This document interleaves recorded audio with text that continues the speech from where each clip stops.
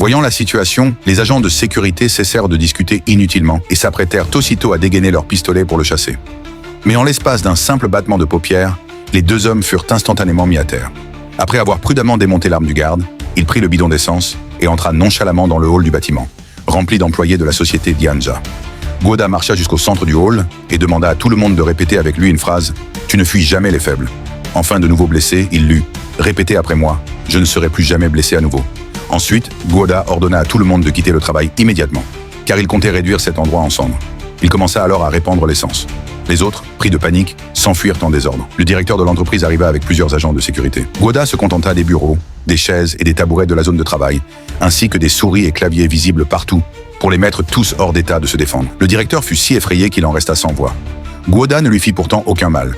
Il fixa simplement 2 charges de C4 sur les barils d'essence, puis relia une ligne téléphonique au détonateur. Dès qu'un appel entrerait, la bombe exploserait instantanément. Il ordonna au directeur de rester sur place sans bouger. Pris de panique, le directeur se mit à courir derrière lui, sans même se soucier des agents de sécurité encore étendus au sol. Peu après, le vieux Wang du voisinage, croyant avoir décroché une énorme opportunité, s'empressa d'appeler la société d'arnaque. Gwoda était à l'origine un agent d'élite. Il évoluait depuis toujours en dehors des règles et de la loi, chargé de missions spéciales. Peu importe qui que ce soit, tant que ses actes nuisaient aux intérêts de l'État, Gwoda utilisait tous les moyens nécessaires pour les corriger radicalement. C'est pourquoi, dans le milieu, on le surnommait affectueusement l'apiculteur. Lassé de cette vie de meurtres incessants, Gwoda choisit finalement de prendre sa retraite de manière anticipée. Il s'installa dans une ferme isolée et mena une vie paisible d'apiculteur. Sa propriétaire, une enseignante retraitée d'une grande bonté, soutenait énormément son activité apicole.